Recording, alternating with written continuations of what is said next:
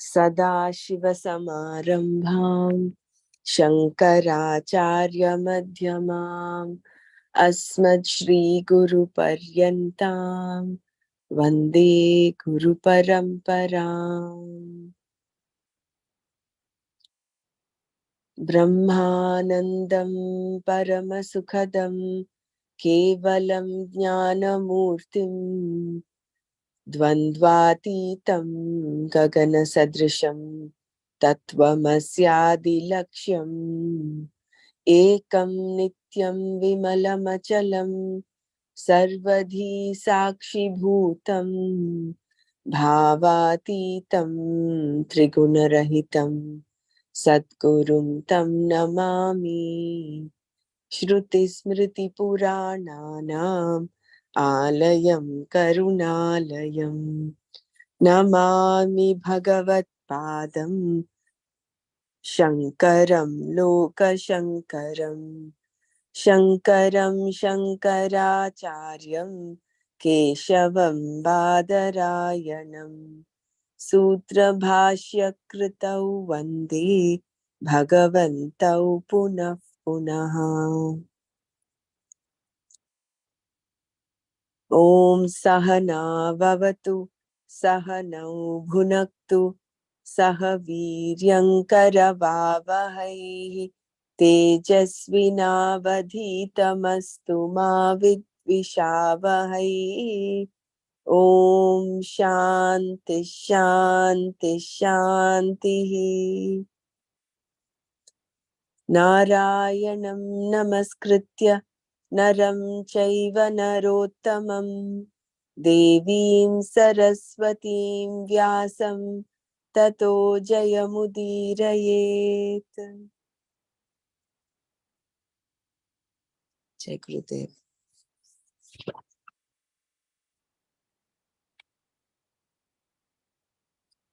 ॐ अथ श्रीमद्भगवद्गीता सप्तमोऽध्यायः। ज्ञानविज्ञानयोगः। श्रीभगवानुवाच मय्यासक्तमनः पार्थ योगं युञ्जन्मदाश्रयः असंशयं समग्रं मां यथा ज्ञास्यसि तच्छृणु। ज्ञानं तेहं सविज्ञानम् इदं वक्ष्याम्यशेषतः यज्ञात्वा नेह भूयोऽन्यत् ज्ञातव्यमवशिष्यते। मनुष्याणां सहस्रेषु कश्चिद् यतति सिद्धये यततामपि सिद्धानां कश्चिन्मां वेत्ति तत्त्वतः। भूमिरापो नलो वायुः खं मनो बुद्धिरेव च अहङ्कार इतीयं मे भिन्ना प्रकृतिरष्टधा। अपरेयमितस्त्वन्यां प्रकृतिं विद्धि मे परां जीवभूतां महाबाहो ययेदं धार्यते जगत्। एतद्योनीनि भूतानि सर्वाणीत्युपधारय अहं कृत्स्नस्य जगतः प्रभवः प्रलयस्तथा मत्तः परतरं नान्यत् किञ्चिदस्ति धनञ्जय। मयि सर्वमिदं प्रोतं सूत्रे मणिगणा इव रसोऽहमप्सु कौन्तेय प्रभास्मि शशिसूर्ययोः। प्रणवः सर्ववेदेषु शब्दः के पौरुषं नृषु। पुण्यो गन्धः पृथिव्यां च तेजश्चास्मि विभावसौ। जीवनं सर्वभूतेषु तपश्चास्मि तपस्विषु बीजं मां सर्वभूतानां विद्धि पार्थ सनातनं बुद्धिर्बुद्धिमतामस्मि तेजस्तेजस्विनामहं बलं बलवतां चाहं कामरागविवर्जितं धर्माविरुद्धो भूतेषु कामोऽस्मि भरतर्षभ ये चैव सात्विका भावा राजसास्तामसाश्च ये मत्त एवेति तान् विद्धि न त्वहं तेषु ते मयि त्रिभिर्गुणमयैर्भावैः येभिः सर्वमिदं जगत् मोहितं नाभिजानाति मामेभ्यः परमव्ययम् दैवी ह्येषा गुणमयी मम माया दुरत्यया मामेव ये प्रपद्यन्ते मायामेतां तरन्ति ते न मां दुष्कृतिनो मूढाः प्रपद्यन्ते नराधमाः माययापहृतज्ञाना आसुरं भावमाश्रिताः चतुर्विधा भजन्ते मां जनाः सुकृतिनोऽर्जुन आर्तो जिज्ञासुरर्थार्थी ज्ञानी च भरतर्षभा तेषां ज्ञानी नित्ययुक्तः एकभक्तिर्विशिष्यते प्रियो हि ज्ञानिनोत्यर्थम् अहं स च मम प्रियः उदाराः सर्व एवैते ज्ञानी त्वात्मैव मे मतम् आस्थितः स हि युक्तात्मा मामेवानुत्तमां गतिम् बहूनां जन्मनामन्ते ज्ञानवान् मां प्रपद्यते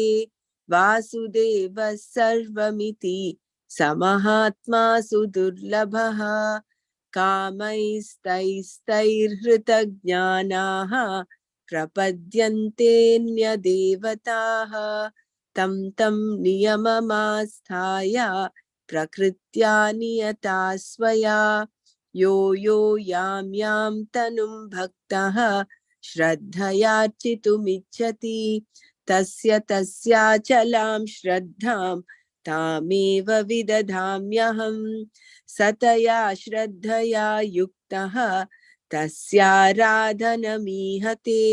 लभते च ततः कामान् मय्यैव विहितान् हितान् अन्तवत्तु फलं तेषां तद्भवत्यल्पमेधसां देवान् देवयजो यान्ति मद्भक्ता यान्ति मामपि अव्यक्तं व्यक्तिमापन्नं मन्यन्ते मामबुद्धयः परं भावमजानन्तः ममाव्ययमनुत्तमम् नाहं प्रकाशः सर्वस्य योगमाया समावृतः मूढोऽयं नाभिजानाति लोको मामजमव्ययम् वेदाहं समतीतानि वर्तमानानि चार्जुन भविष्याणि च भूतानि मां तु वेद न कश्चन जय गुरुदेव I think we stopped there at we finished the 24th shloka. I think.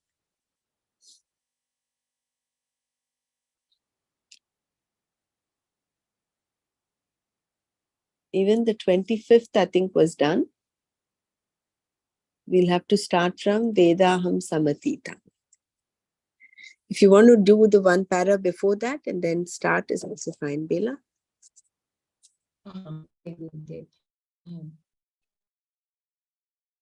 Okay, so Bhagwan also covered by yoga. From there, I will just.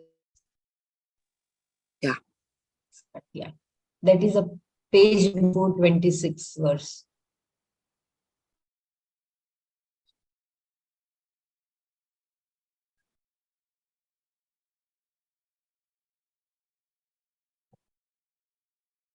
Is Bhagwan also covered by Yogamaya? Shankara raises a question here. If Bhagwan cannot be known properly by all beings because he is covered by Yogamaya, then is his nature also not covered to himself by Yogamaya? After all, that Yogamaya is his Maya. Without it, he cannot function. Maybe he is also covered by it and he does not know himself. Shankara refutes this argument. He says that the difference lies in the fact that Ishvara is the Mayavi, the one who wields this Maya, and Yogamaya is his Upadhi. All three gunas of Yogamaya are glories for him. They do not bind or obstruct him in any way. The ancient Indian Mayavi, as reported even in Shankara's Bhashya, is a type of magician who creates a spell. His magic is not simply a sleight of hand. He makes you see things that he apparently produces and then makes them disappear again. Everybody else is under the spell, but the Mayavi is not. If he were, there would be no magic. Similarly, Ishvara with his Maya is the greatest magician. He creates all these names and forms which, if analyzed, do not exist at all. All that is there is consciousness. But still, the names and forms appear. That is the magic. Therefore, Ishvara is a magician, all right, but he does not come under the spell of his magic. All the jivas, however, are very much under the spell. To break it, what should one do? Just as one goes to the local Mayavi and asks him what the trick is, one must seek the Mayavi, Parmeshwara, to find out what the truth of this Maya is and who this Mayavi is. That is what the Shastra does. It tells us who this Mayavi is and what this Maya is. It is like a magic book that reveals the secret of what looked like a great trick. You expected to discover something miraculous and complicated. When it is explained, it looks so simple. You feel foolish. It is the same thing here. Once you know, all your seeking seems foolish. That I was seeking is itself a foolish thing. To know this, you go to the Mayavi and ask him to explain what it is all about. That is what the Lord explains in the Gita. Ishvara, the Mayavi, is not affected by his Maya. That is the difference between Jiva and Ishvara, which the Lord explains in the next verse. So it is all Mayapati's Maya. He is never under Maya's spell, but it becomes his glory. And through that, he takes various name forms. And this is very important to remember, that it is so very simple to understand that once we know the fact, then it looks like the magic was so simple. It is like a magic book that reveals the secret of what looked like a great tree. But when it is explained, it looks very simple.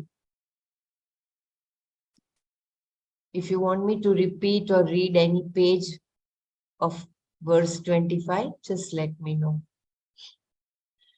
Vedaham samatitani vartamanani charjuna bhavishyani cha bhutani mam tu vedana kasyana.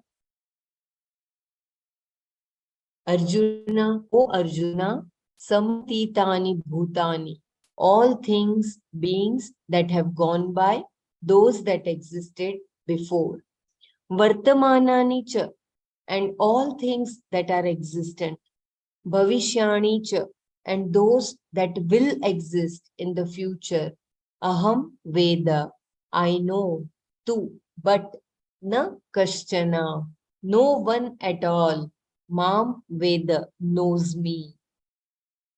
Arjuna, samatitani bhutani, vartamanani cha, bhavishyani cha, aham Veda tu na kashan mam.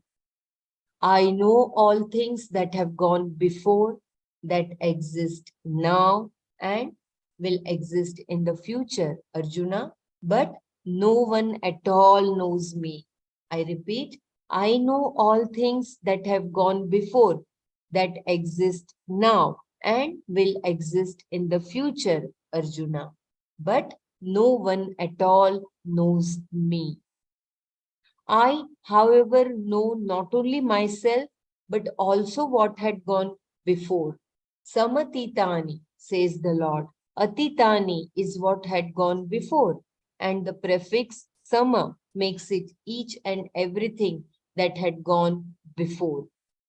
Bhutani means all beings, and also Arjuna, all things that are existent now. Vartamanani cha, and all the beings that are going to be born in different forms. Bhavishyani cha, I know, aham Veda. Mam Vedana Kashana. But there is no one at all who knows me, says Bhagavan. And to that, Shankara adds here, no one knows the Lord except that one person who has reached the Lord's refuge, who seeks the Lord as his most intimate self, Pratyagatma. There has to be at least one such person, otherwise the Shastra would be useless. I repeat, Mam tu Veda na kaschana. But there is no one at all who knows me, says Bhagavan. And to that, Shankara adds here, no one knows the Lord except that one person who has reached the Lord's refuge, who seeks the Lord as his most intimate self, Pratyagatma. There has to be at least one such person, otherwise the Shastra would be useless. When Ishvara is not known, in any theology, Ishvara is accepted as the efficient cause, the author of the entire world. And the creation, in most theologies, is looked upon as real. That is the problem. Certain theologies confound this further by claiming that Ishvara has created this world which is real out of nothing. How something has come out of nothing is not intelligible. A variation on this is that Ishvara has created the world out of his power. Not only has he created the world, he has created each individual, everybody, every mind, and every soul. Among the theologies that hold this view, some contend that only human beings have a soul. Animals and other creatures do not. That is why even a very religious person will have no qualms about killing animals and eating meat. His theology tells him that they have no souls and are meant for food. Thus, each human being has a soul, and each soul has to seek God because God loves him. First, he creates me, condemns me to this body with all its problems, creates all kinds of difficulties for me, and then asks me to believe that he loves me because he is my father. If he loves me, why should he create all these irritants, some of which are not even visible? At least if I can see them, I can deal with them. But no, I simply innocently breathe in because I was made that way and inhale all sorts of germs. Then, when I breathe out, The germs remain inside and cause disease in me. And I am told he loves me. When this is so, every individual has to seek the mercy of Ishvara through a meditator, of course. Kshamyatam. When this is so, every individual has to seek the mercy of Ishvara through a mediator, of course, because he is a sinner. This is an erroneous conclusion, and as long as it is there, there is no way Ishvara can be known. He is, by the very definition, eternally remote, Nitya Paroksha. So here Bhagwan is just saying different religious beliefs about Ishvara, wrong beliefs they are. If about Ishvara as well as Ishvara's creation also, there are so many wrong beliefs. If Ishvara is other than me, I have to assign a place for him somewhere in this creation. Suppose he is in heaven and suppose I go there and get very near to him. After all, he must have a body of his own Atma, mind and senses, etc. No matter how near I am, I will only see that he has a body and he is right in front of me.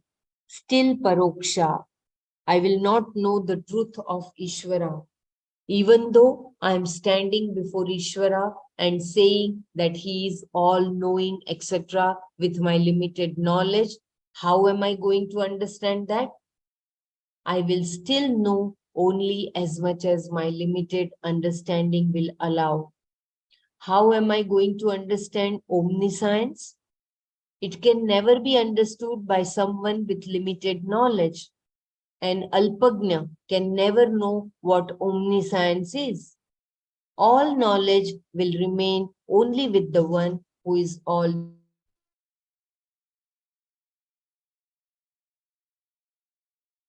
Every contention of this sort was covered by Bhagavan himself in the simple statement, Avyaktam Mam Vyaktim Apanam Manyante Abuddhayaha. Those who lack discrimination consider me the one who is unmanifest as one endowed with a particular form, so they do not know me. This is Gita chapter 7, verse 24. So we have just seen that. I repeat once again, every contention of this sort was covered by Bhagavan himself in the simple statement, Avyaktam Mam Vyaktim Apannam Manyante Abuddhayaha. Those who lack discrimination consider me the one who is unmanifest as one endowed with a particular form. So they do not know me. This is what Shankara is talking about here, the absence of knowledge of the truth of Ishvara. Because of that, all these beliefs arise. So we are caught up in knowing Bhagwan's only this Swabhava Lakshana, the nature. We are caught up and through that we give names and forms to even Bhagwan, and then we do not recognize the Swarupa of Ishvara, that is Sat Chit Ananda, and that is nothing but our Atma. So Avyaktam Mam Vyaktim Apanam Manyante Abuddhayaha. Those who lack that discrimination consider me as the one who is unmanifest as one endowed with a particular form. So they do not know me. If you want me to read any paragraph, please let me know. The truth of Ishvara. The truth is that Ishvara is consciousness, Brahman, conditioned by Maya. Maya avachinna chaitanya. Maya avachinna chaitanya. I hope I'm pronouncing it correct. Maya is the upadhi for Brahman. At this point, one may ask as to that what is the difference between Ishvara, which is Brahman conditioned by Maya Upadhi, and Brahman. Maya does not exist apart from Brahman. It depends upon it entirely. Being Mithya, Maya's reality is Brahman. So, Maya is also Ishvara. And Ishvara is nothing but Brahman. This is so very important. Please pay attention. I am repeating. The truth of Ishvara. The truth is that Ishvara is consciousness, Brahman, conditioned by Maya. Maya avichinna Chaitanya. Maya is the upadhi for Brahman. At this point, one may ask as to what is the difference between Ishvara, which is Brahman conditioned by Maya upadhi, and Brahman. Maya does not exist apart from Brahman. It depends upon it entirely. Being Mithya, Maya's reality is Brahman. So Maya is also Ishvara. And Ishvara is nothing but Brahman. The Shruti points out, and my own experience confirms that when I look at this world, I find any given thing is nothing but a name and a form. No matter what I analyze, I find it reduced to something else, which is in turn reduced to something else. I cannot say categorically of anything that it exists of its own accord. Everything is reduced to its constituent reality. The constituent reality of the table is nothing but its substance, wood, which itself is reduced to particles and so on. Everything is reducible. So we have a world whose reality is mithya. It exists but do not exist independently. I repeat this paragraph. The Shruti points out, and my own experience confirms that when I look at this world, I find any given thing is nothing but a name and a form. No matter what I analyze, I find it reduced to something else, which is in turn reduced to something else. I cannot say categorically of anything that it exists of its own accord. Everything is reduced to its constituent reality. The constituent reality of the table is nothing but its substance, wood, which itself is reduced to particles and so on. Everything is reducible. So we have a world whose reality is mithya. It exists, but not independently.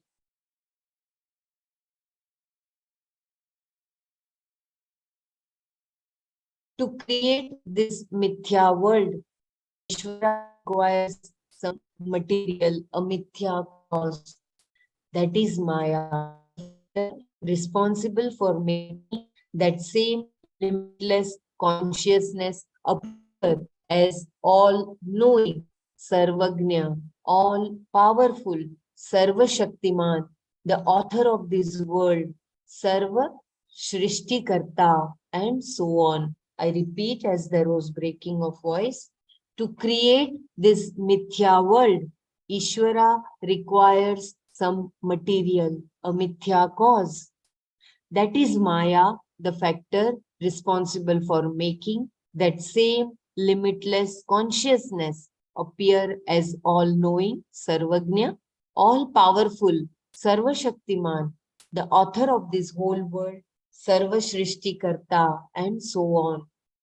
The authorship and so on belong only to what is conditioned by Maya, Brahman. That Brahman, consciousness, Atma, with reference to Maya, becomes the author of the creation. Because he is Sarvagnya, he does not have doership. He knows himself, omniscience, and so on, is with reference to Maya Upadhi. With reference to himself, he is Satyam, Jnanam, Anantam, Brahma, pure consciousness. He is not ignorant of this fact. The material, because of which he is called Ishvara, his Maya Upadhi, becomes the material cause for the world, whole world. As a material cause, Maya must undergo changes to become this variegated world and is therefore, as we have seen, Parinami Upadana Karana, a material cause that undergoes modification. Maya changes to become space, air, fire, water, earth, plants, food, a physical body, etc. The whole world is Maya and Maya is Ishvara. Therefore, the world is Ishvara, who in reality is nothing but the consciousness Brahman. Brahman, however, does not undergo any change and is therefore, as we have seen, Vivarta Upadana Karana, something that does not undergo any change and yet makes all changes possible. From the standpoint of consciousness, Brahman is Vivarta Upadana Karana. This we have already seen in the previous verses of the same chapter. Whereas Maya is Parinami Upadana Karana. Thus, Brahman is the material and also the efficient cause for this entire world because Ishvara is nothing but Brahman.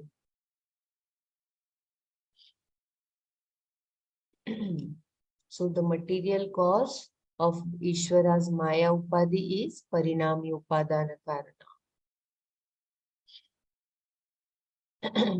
And the efficient cause for this Ishvara is nothing but the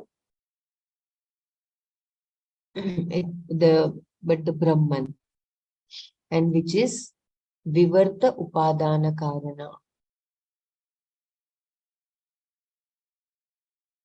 Anyone wants to share or wants me to repeat, please let me know. How Ishvara is a Paroksha. When one talks of the entire world, one generally excludes one's own body. That is the whole problem. Everything that is created has to be included. Your physical body, prana, senses, mind, and the entire subtle and gross world have to be included. All this you can now say is Ishvara. That Ishvara is nothing but Brahman. Now, between Ishvara and the world, what is the difference? There is none at all. And between Ishvara and Brahman, there is no difference. Therefore, all this is nothing but Brahman.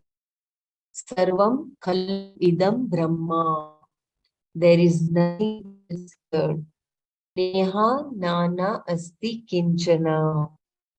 So beautiful. I repeat once again this, how Ishvara is aparoksha. When one talks of the entire world, one generally excludes one's own body. Please remember that Nanaji's story about that missing person. When one talks of the entire world, one generally excludes one's own body. That Also, is the with respect to Arjuna, yeah, sorry, go ahead. Yeah, please tell Brahmaraj. No, you complete the story. Tell us the story. I forgot Nana did so. Yeah, there were, I think, there were 11 people. They went on excursion, and then on the way they realized one person said that he counted 1, 2, 3, 4, 5, 6, and then 10. And then he said, oh my God, one person is missing. Maybe we left him somewhere. Another person says, let me count. Again, he started counting, excluding himself. 1, 2, 3, 4, 5. And then he said, oh yeah, one person is missing. And Yeah. like that, Mm. okay, then one Gnani, he was passing by and he realizes the mistake, and then he says that you have forgotten to count your own self. Thank you. Yeah. So when one talks of the entire world, one generally excludes one's own body. That is the whole problem. Everything that is created has to be included. Your physical body, prana, senses, mind, and the entire subtle and gross world have to be included. All Yeah, this you one can thing I now. wanted to share here was Yeah. just like how we don't include our physical body in all of this. Arjuna in the Vishwarupa Sandarshana Yoga, he saw himself different from what he saw. There was that he did not include himself as part of what he saw, and therefore he had that fear. That bhiti was there. So the basis of all our fear, insecurity, and all that is because we see ourselves as not part of creation, as not part of this whole Srishti, as not, we don't have that oneness feeling.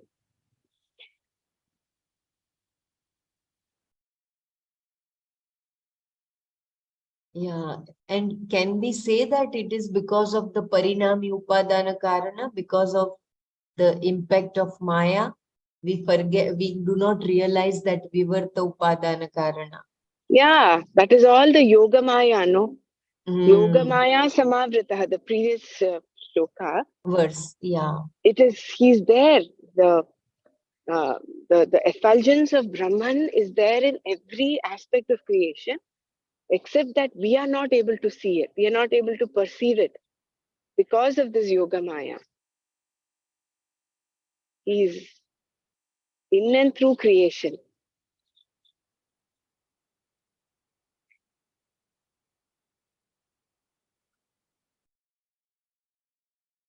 Yeah.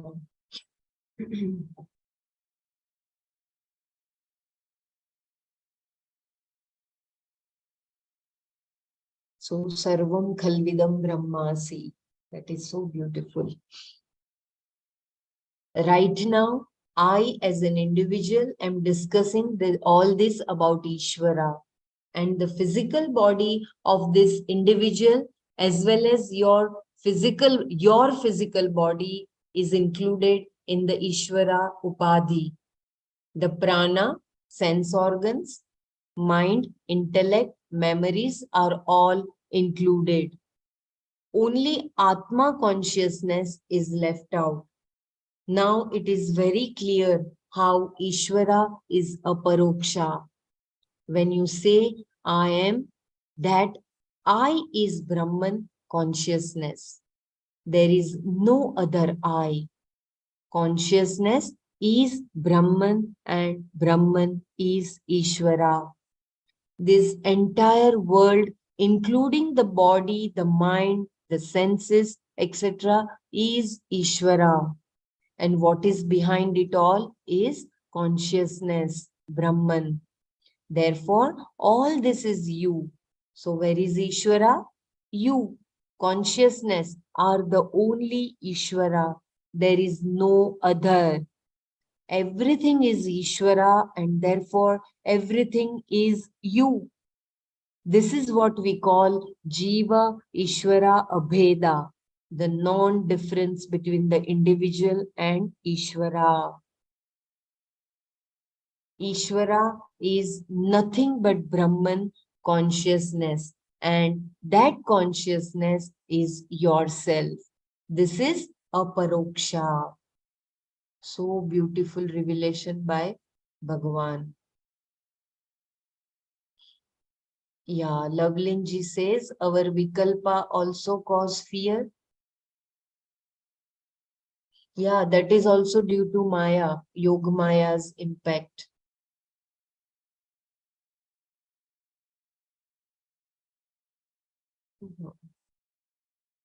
Everything that is anatma is thanks to this Yoga Maya.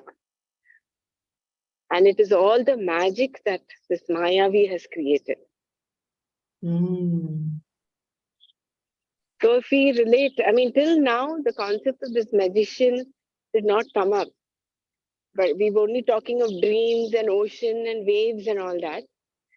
But if we were to look at the world as a magic trick that is created by a magician, the greatest magician ever, then that mithya aspect, see, when we watch a magician perform a trick, it appears as if it's real. When he brings up that dove, when he brings up those, those lovely flowers out of nowhere, it seems, oh wow, we're also caught up in that fantasy and that the excitement that he's actually producing something, and for us it seems very real. When he chops off his half hand, we put them in that whatever, that crate and that box. For you it seems as if the body is actually cut in half, but it is all only a trick. Only the Mayavi knows. That is why he's Sarvajna. He knows the in and through of the trick. We as spectators get lost in that magic show. So what we have to do is hold on to the Mayavi, go to him and ask him to unravel this mystery. And that mystery is so simple. It's as if when Simple, you go there, yes. yeah, it is Effortless very, it is. it is. It's not complicated.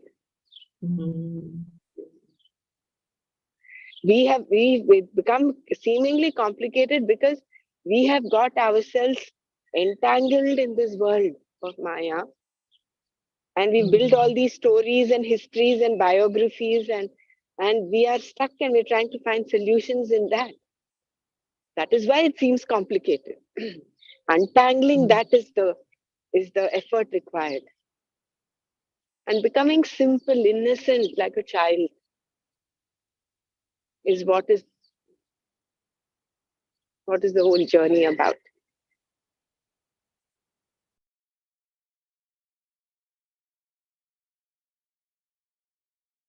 So we are right now, we can say, Brahmaraji, that we are hypnotized in the Swabhava of Bhagwana. We should get hypnotized by his Swarupa rather than Swabhava. Yeah, not hypnotized. Yeah, correct. But we don't need to be hypnotized into Swarupa. We have to awaken to that Swarupa. No more hypnotism there. No, there is only awakening to that. Knowledge, just That beautiful recognition. truth. All we have to do is, instead of being Indriya Rama, going outwardly, we just have to become Atma Atma Rama. Rama. Go inward and unravel that mystery. And in the previous shloka, I think in the previous verse, he said that it is also because of me only you remain in that Yoga Maya impact. So only he can bring us out. That also is a Yeah, fact. correct. It's because finally that is His grace, only His grace. You may put in a lot of effort. We are all doing all this effort, doing Manana, Shravana, contemplation, everything. But ultimately, it is His grace that will remove that lid or unlock the whole thing. Which is what even China had said. What you have to do is to get to that Sarvatma Bhava. That is the penultimate step. After that, you just have to pray and surrender, and not surrender also. The grace will take, it'll take, when it happens, you never know.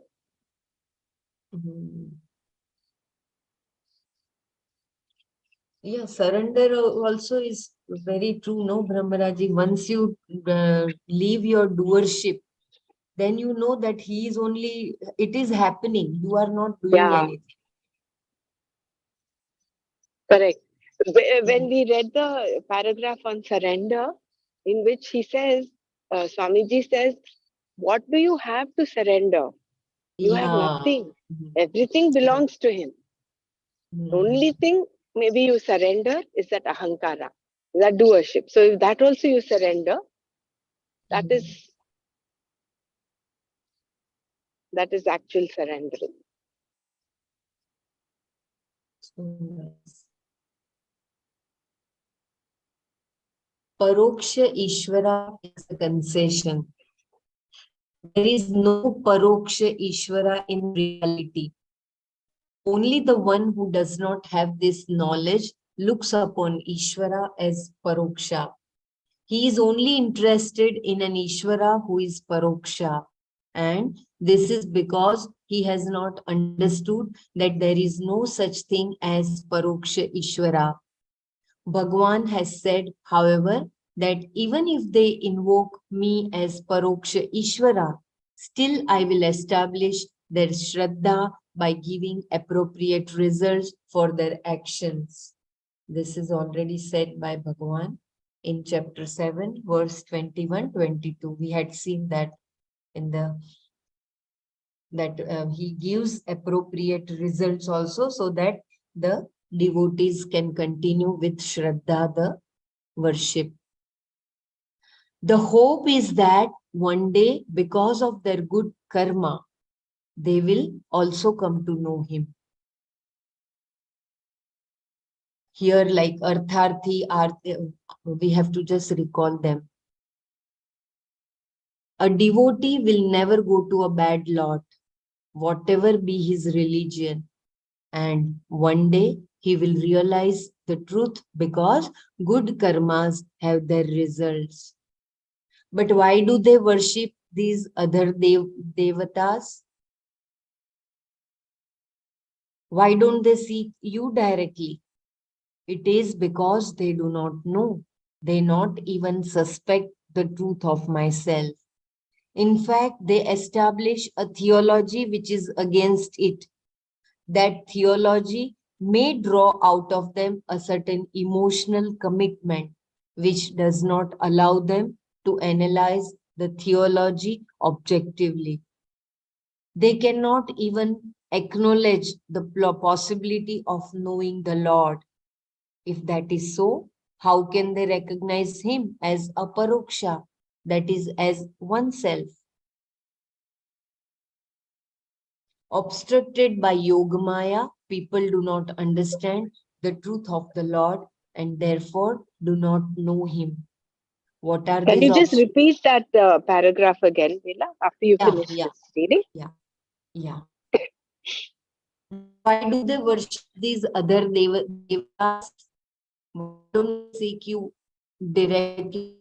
It is because they do not know. They not even suspect the truth of myself.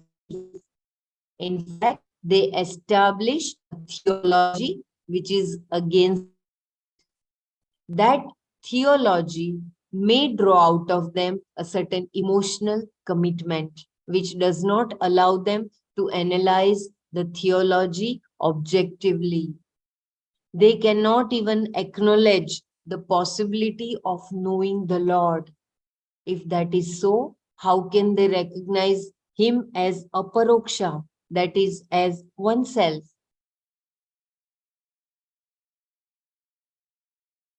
I think there was a little break. If you don't mind, can you just Yeah, repeat yeah, that yeah, again? yeah. But why do they worship these other devatas? Why don't they seek you directly? It is because they do not know. They not even suspect the truth of myself. In fact, they establish a theology which is against it. That theology may draw out of them a certain emotional commitment, which does not allow them to analyze the theology objectively. They cannot even acknowledge the possibility of knowing the Lord. If that is so, how can they recognize him as a paroksha, that is, as oneself? Yeah, that is so important, no? Get emotionally committed. What is that sentence? That was the phrase. Yeah, They set that up. theology may draw out of them a certain emotional commitment, which does Yeah, not allow them to analyze the theology objectively. Yeah, we said no, if we forget to do something in our Nitya karma, we have that emotional correct, is I think that is the same thing, right, Brahmaraji? correct, That if I correct. don't do. Hmm. We get caught up in the ritual, Hmm. not understanding the deeper essence of why we're doing it. Hmm.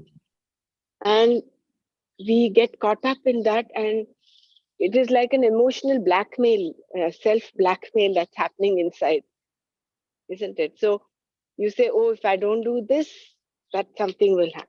So that kind of we're hooked on to that kind of thinking. So that from that thinking we should mature.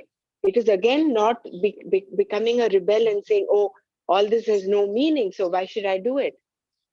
You of course do your nitya naimitika karma according to what Shastra has said, but do it objectively.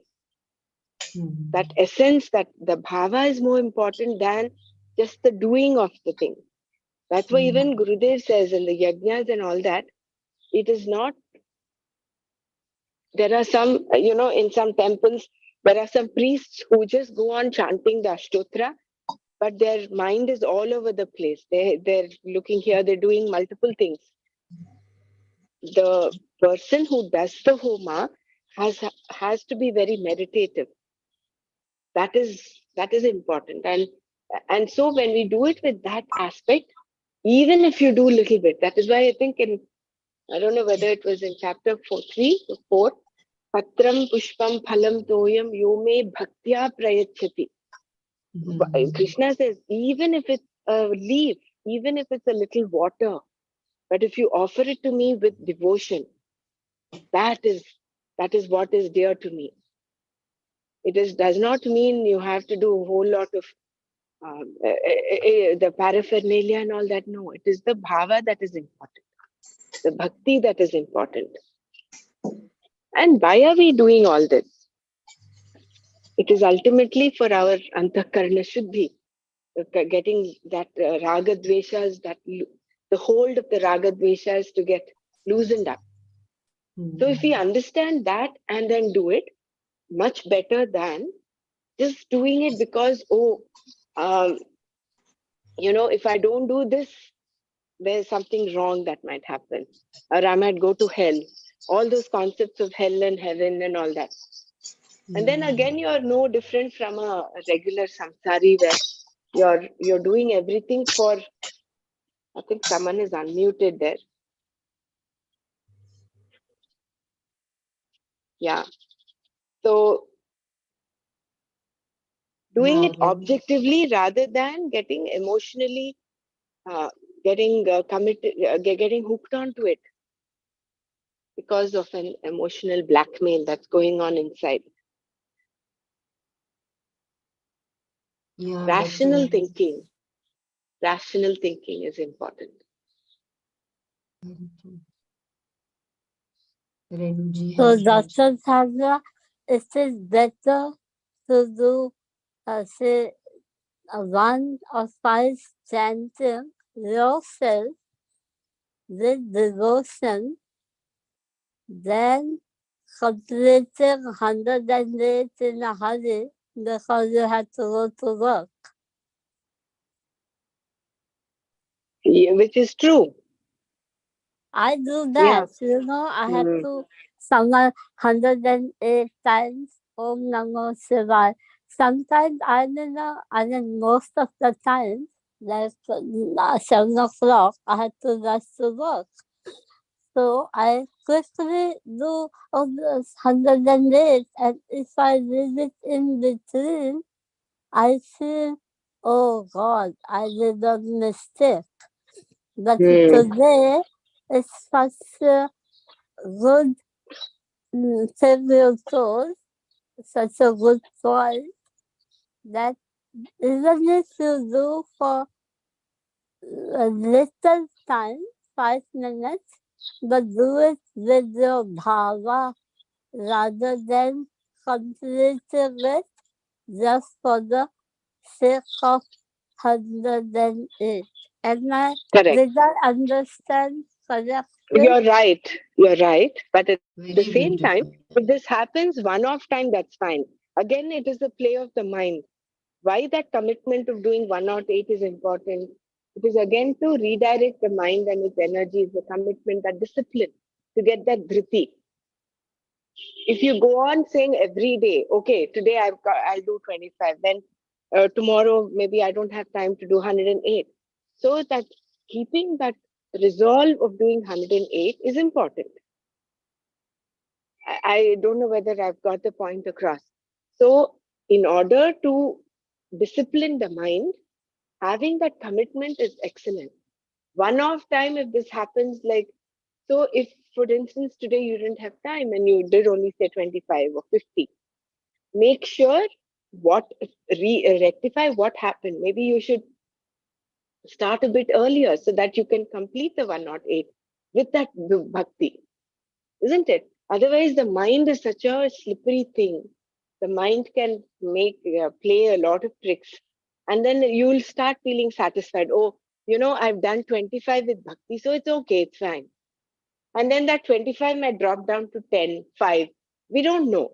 It might drop down, it might stay, it might go up to 108. But keeping that commitment, the commitment of completing that 108 is good to have, isn't it? No, what I mean, complete 108 with bhava is better, but if you are not doing with bhava and you are doing 25 with bhava, then 25 may be better than 108 without bhava.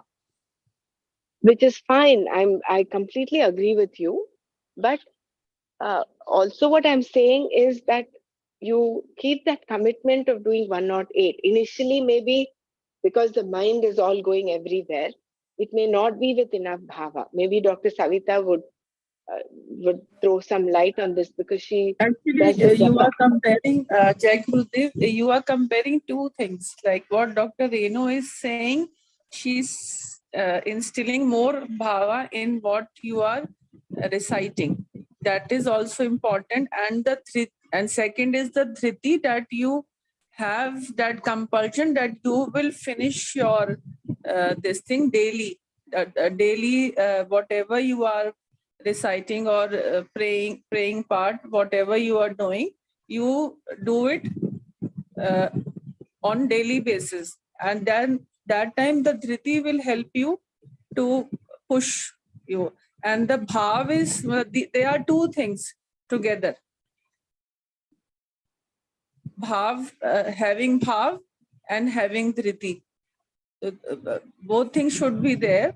But if you don't have enough of time and you think that I'll just have to finish it, then finishing it in haste without any bhav would not be so acceptable. Rather, you say this verse or anything with only once with full concentration and focus. That will fructify more. So, Yeah, thank you. Yeah. yeah, because there was one question, someone asked. So he said that if you are reciting even 7 times the shloka, this mantra, and with full concentration, focusing on your third eye, and with full awareness and concentration, that will fructify more, rather than your mind wandering and you are reciting 108 just to finish it off.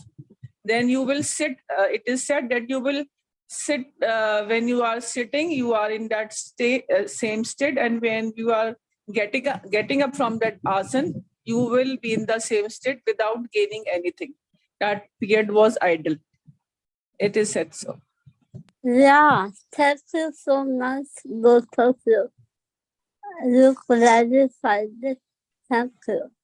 Yeah, but as Dr. Brahmra said that the mind is very slippery, so mind will go in escapism.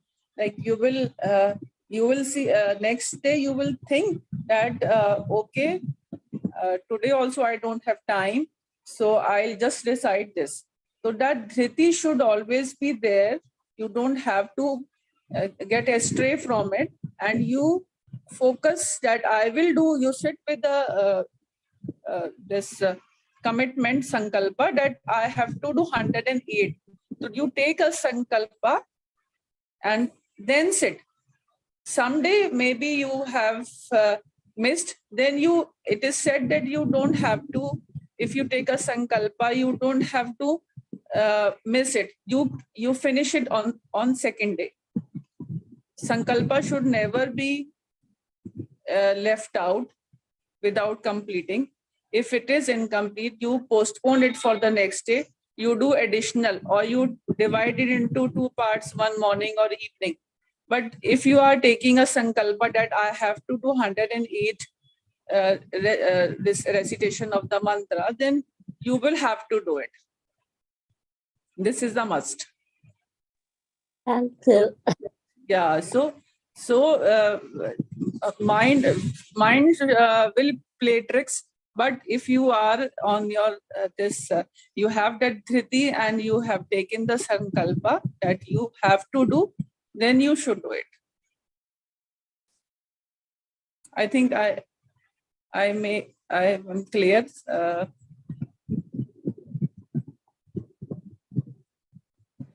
Because this is what I do in Navratri. I take sankalpa that I will do three like apart from the thing, all the recitation of Durga, I will chant 3 mala of the mantra.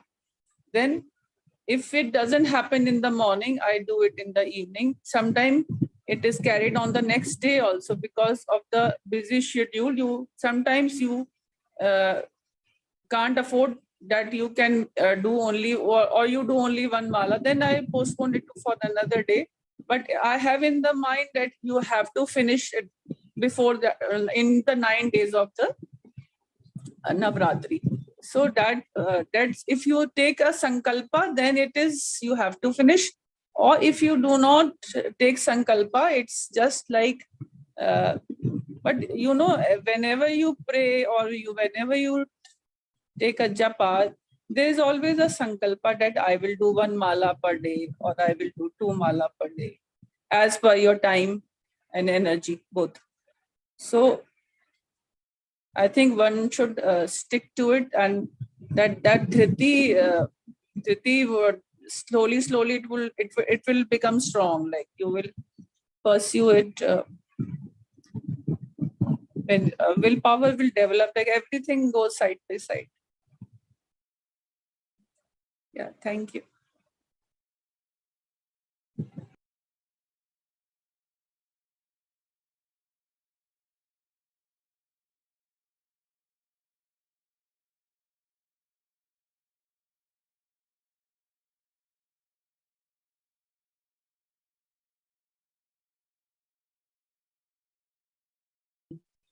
Discussion and inputs by Dr. Savita, very well explained. Brahmaraji, shall we stop here, or someone can help in reading further? Yeah. We'll stop here. We'll do some Manana, and then we'll go to chapter 6. We wanted to read that thing about the knower, known, and the knowledge. So maybe we'll give 5 minutes to Manana, and then we'll go ahead, because anyway we discussed quite a bit now. Yeah. If you need my help in sharing the screen, please do let me know, Brahmaraji. I just need a few minutes. I will put it up there. Okay. Okay. So I request everyone to close the eyes and then kindly share after a few seconds. Please share your takeaways.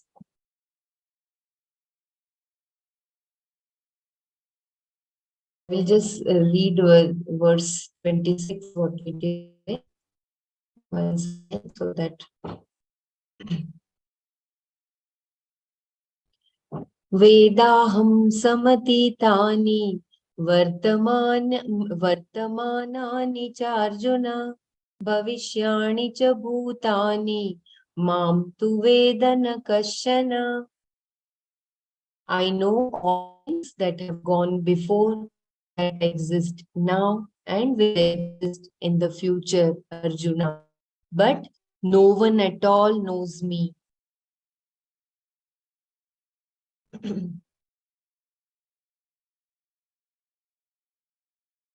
Yeah, please close your eyes and then after a few seconds, kindly share your takeaways.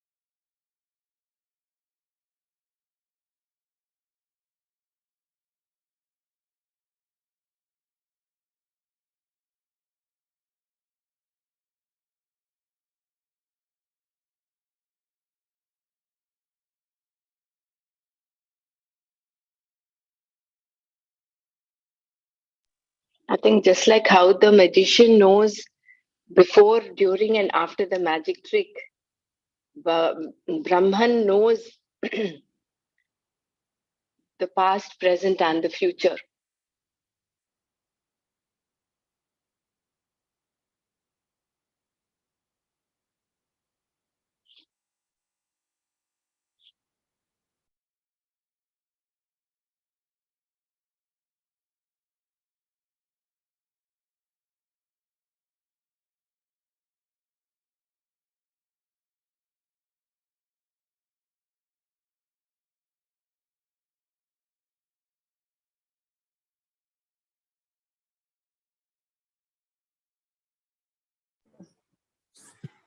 This paragraph, when Ishvara is not known, thus each human being has a soul and each soul has to seek God.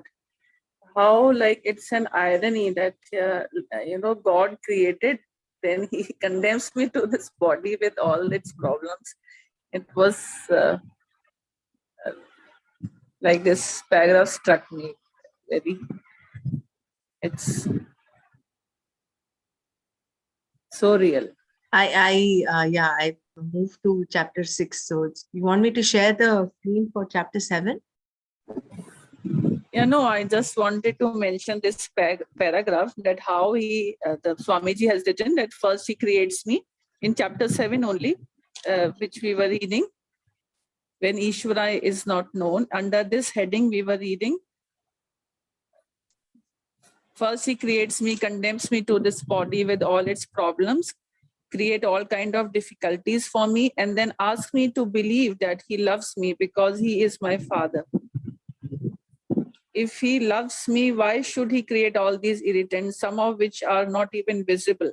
At least if I can see them, I can deal with them. But no, I simply innocently breathe in because I was made that way and inhale all sort of germs.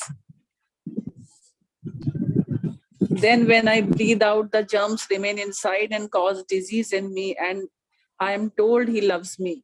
When this is so, every individual has to seek the mercy of Ishvara through a mediator, of course, because he is a sinner. This is an erroneous conclusion.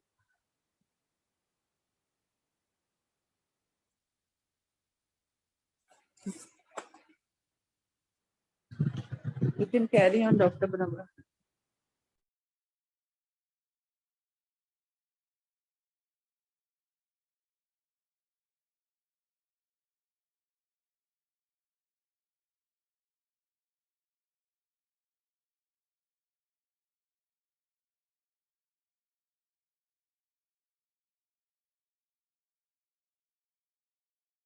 This is with respect to the different theologies, right?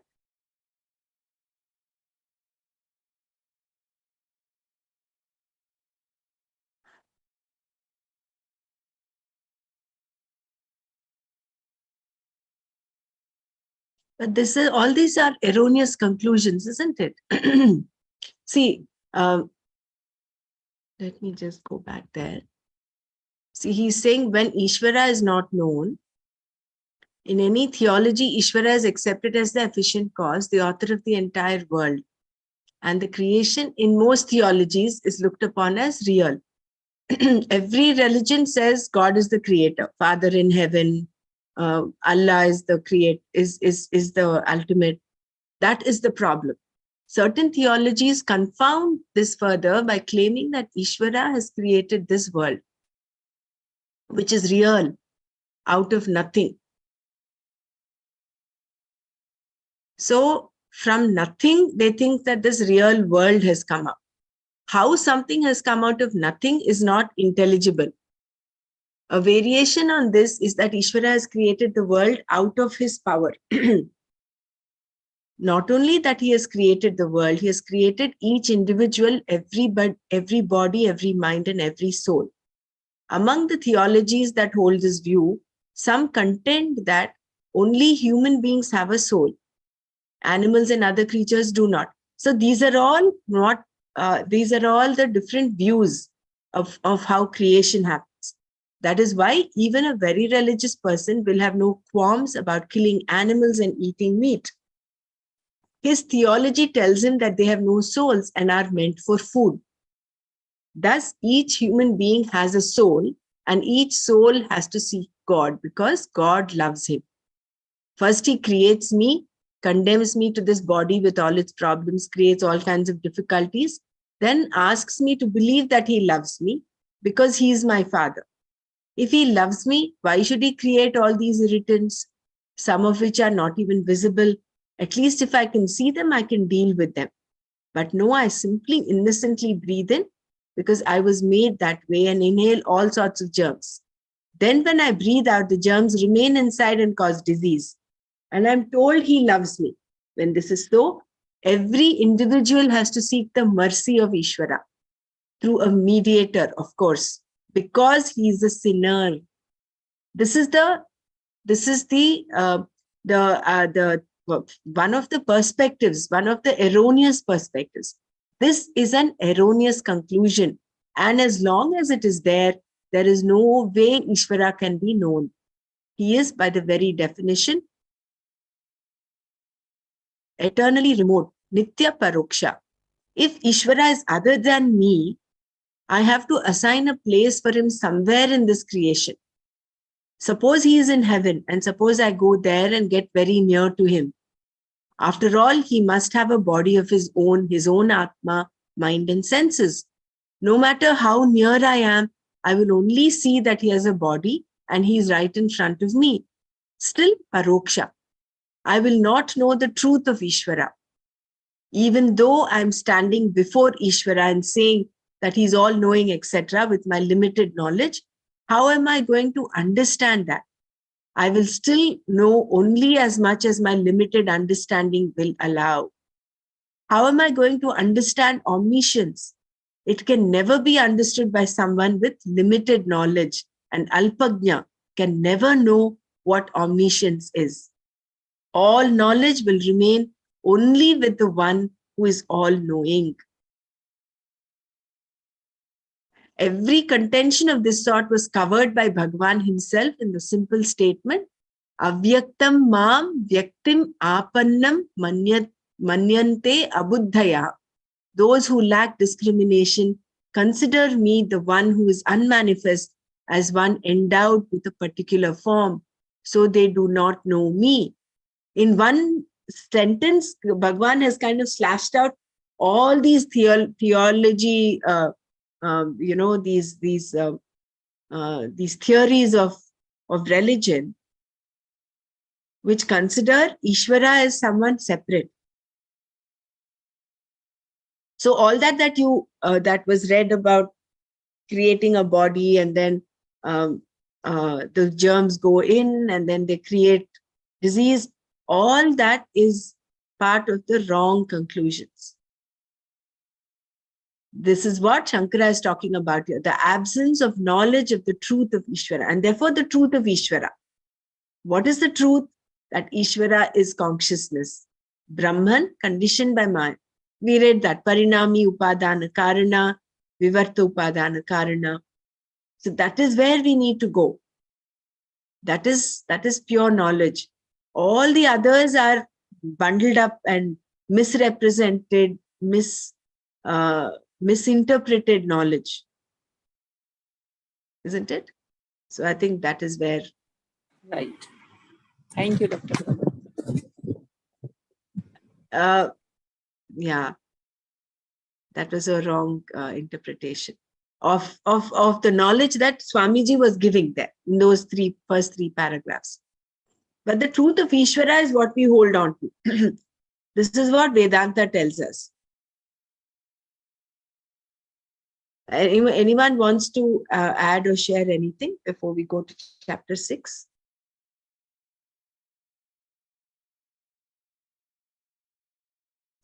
Loveleen says, all things of Maya can be condensed to smaller and smaller and finally to atoms, electrons and protons and neutrons that are all same in each one. That is all him, the consciousness. Very right. That is why everything is mithya.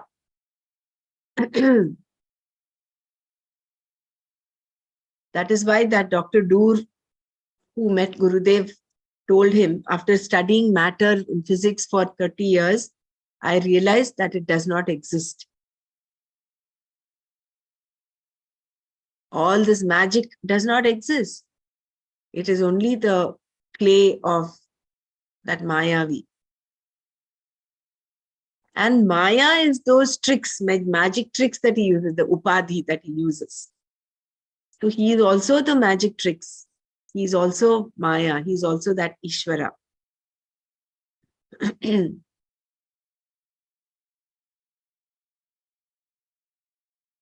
So we were in chapter 6, verse 24-25. Sankalpa prabhavan kaman styaktva sarvan asheshatah manasaivendriya gramam viniyamya samantatah shanai shanai ruparamed buddhya dhriti grihitaya atma samstham manah kritva nakinchidapi chintayet. So giving up totally all desires which are born of thought, completely withdrawing the group of sense organs and organs of action by the mind alone, with the intellect endowed with perseverance, may one resolve the mind in Atma, making the mind abide in the self. May one not think of anything else. So we read this about the basis of all desires. I don't know where we read yesterday.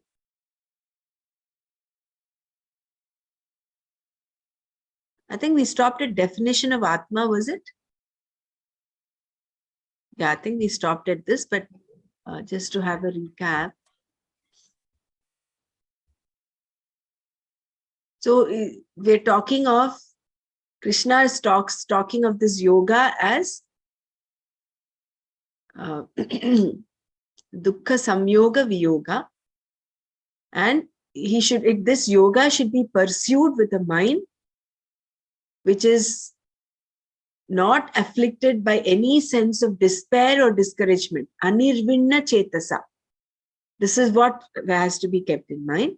This is because it is more a dissociation. The pursuit of knowledge is not like climbing Mount Everest. It is more like dropping a rock that you're holding in your hand.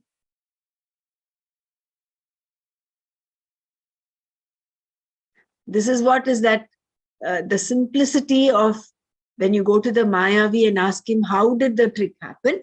That's how simple it is, because it is all about dissociating. It is a simple question of dissociating oneself from one's own identity of being only so much. Thus, there is no cause for despair. Having summarized what he had said, Krishna begins to discuss the same topic.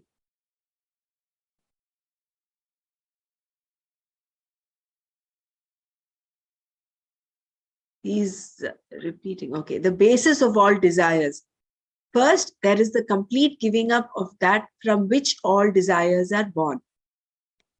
He says, Sankalpa prabhavan sarvan kaman asheshatah tyaktva. We have seen how karma can refer to either a desire itself or to the object of desire. Here, karma means the desire for objects, the source of which is sankalpa. It is from sankalpa alone desire is born. Sankalpa is a thought such as, may this be for me.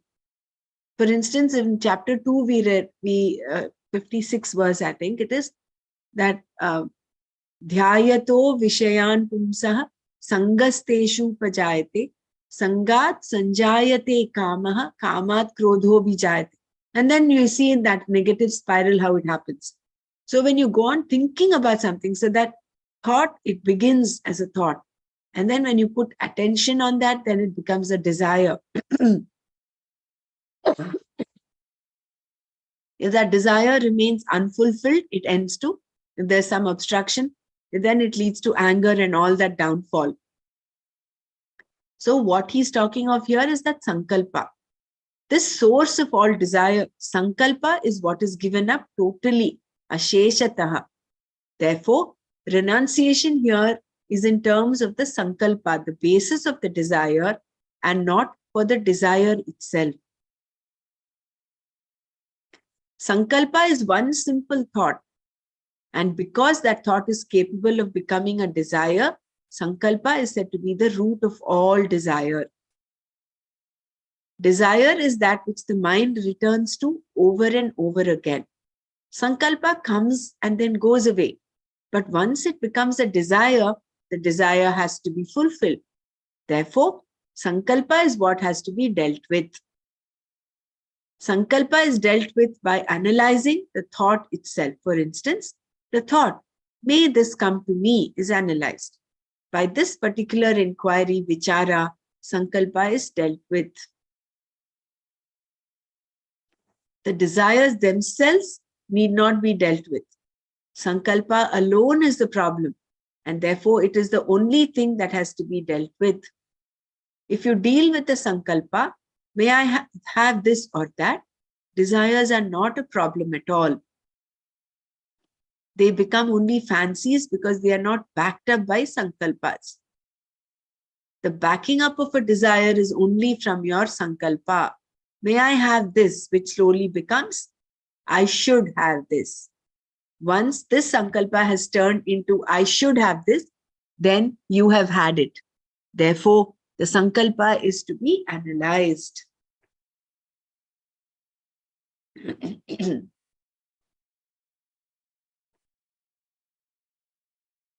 Withdrawing the sense organs.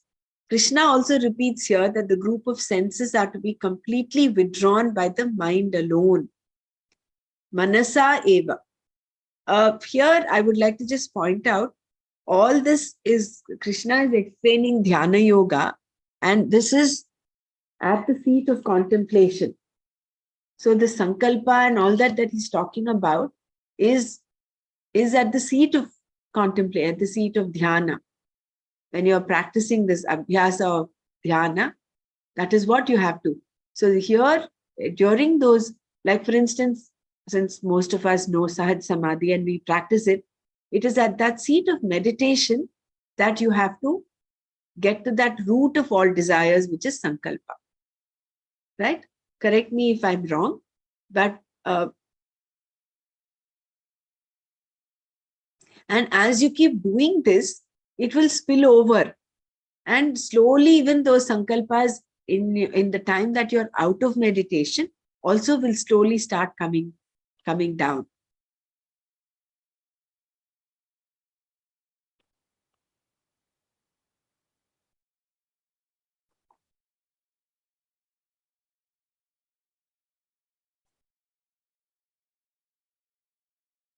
because I'm just relating this to what Persiji had said a couple of days ago when he had this sankalpa of doing the Guru Puja, and he was wondering that he's still having the sankalpas. So I think specifically Bhagwan is talking about at the seat of contemplation. Because you can't help sankalpas coming. They will come.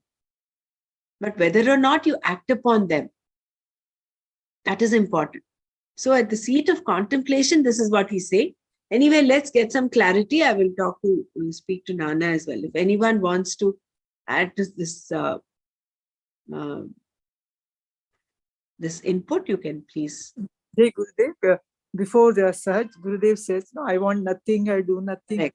I'm nothing. At least for that time, he said, you should have that feeling. Later on, you can have all sorts of desires. And, when you're in the seat of meditation. Yeah. He does not say you can have all sorts of desires, but then you're very right. In that time, you become totally dispassionate. You bring yourself to that state of vairagya where you don't want anything. So you're clearing up your mind of all the unnecessary thoughts that might otherwise occupy your mind, so that you're creating that space and that ambience in your mind for meditation to happen, where you can sink in, and then that is what we'll see. That is why withdrawing the sense organs also is important. Jai Gurudev, in this shloka, like it previously also, 23,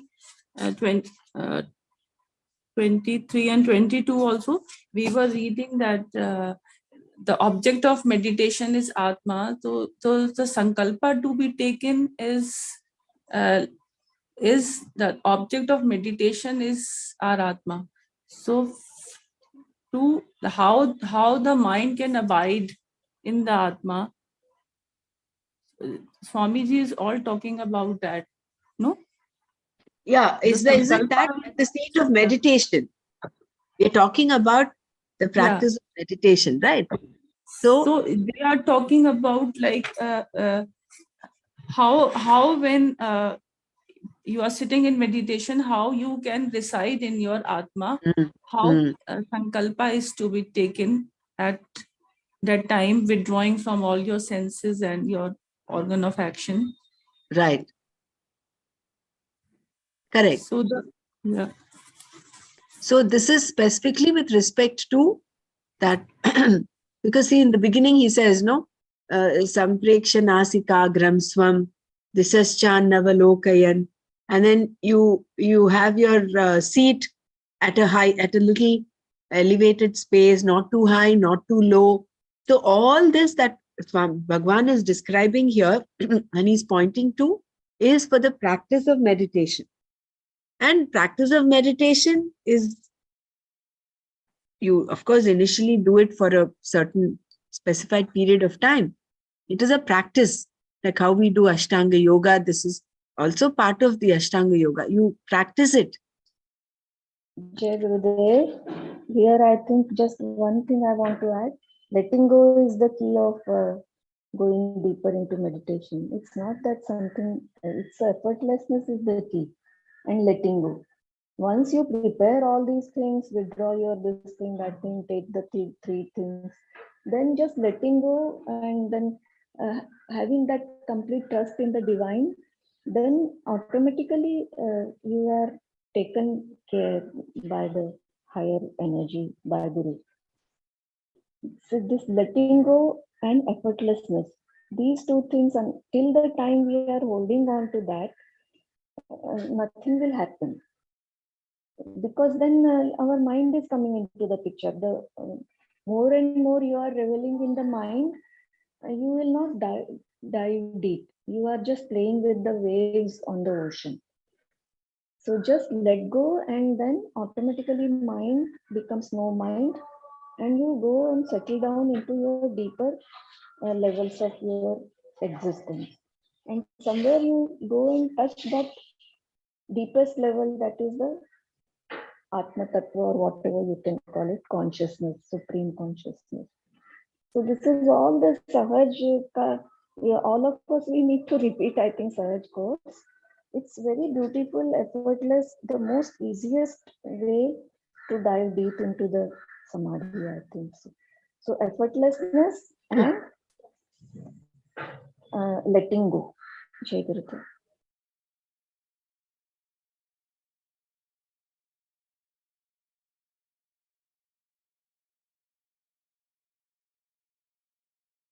Should we read a little further here? Withdrawing sense organs.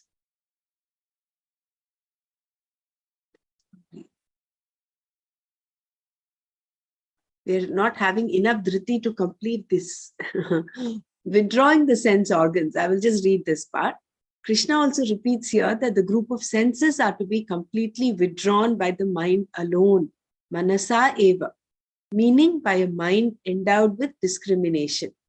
The common meaning for grama is village, which does not work here.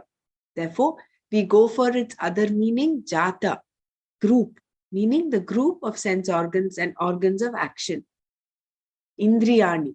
Indriyani gramam viniyamya means putting those indriyas in their place, which is to withdraw them from their respective fields of activity.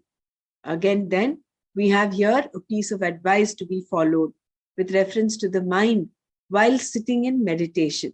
And that is, seated in meditation, let the mind be brought back to the object of meditation. Krishna talks about this later. Withdrawing the sense organs or putting them in their places means that they do not go towards their various sense objects because the sankalpas have to be taken care of.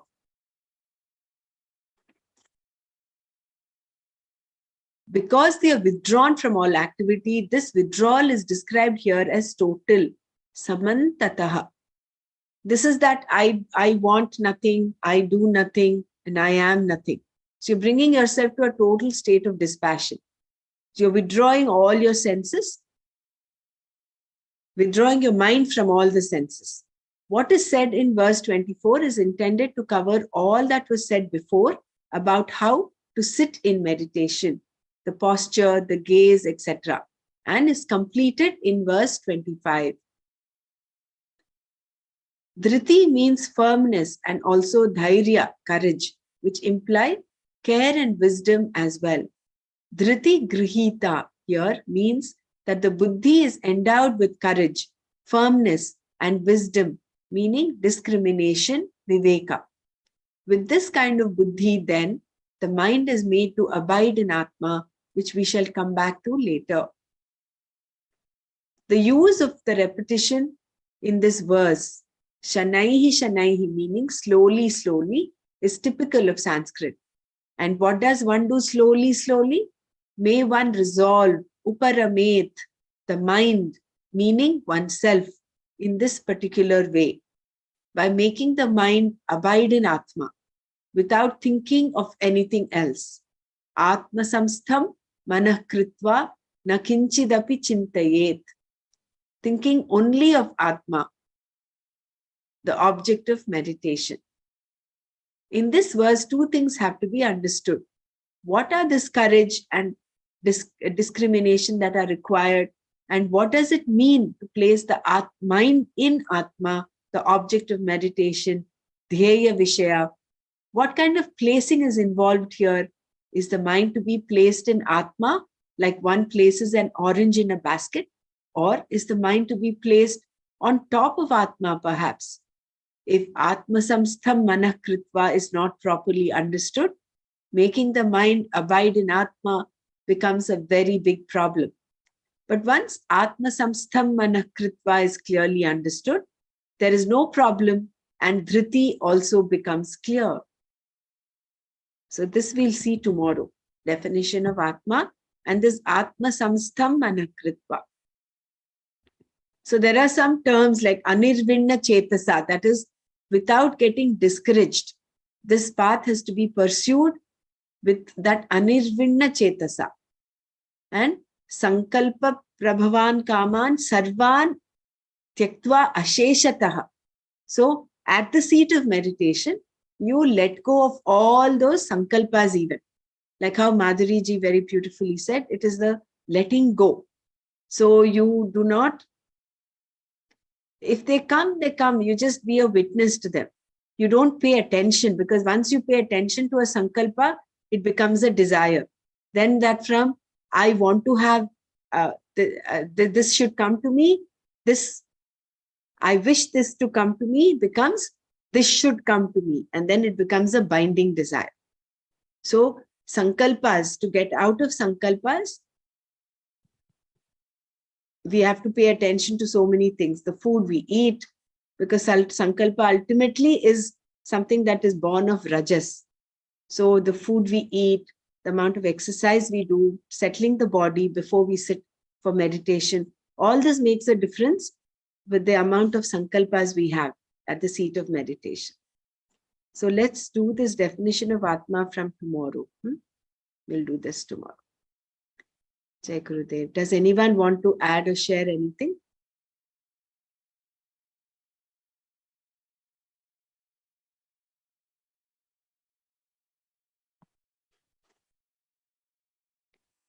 Om Loka Samasta Sukhino Bhavantu. Om Shanti Shanti Shanti. Om Tat Sat Shri Krishna Arpanamastu. Jai Gurudev. Jai Gurudev.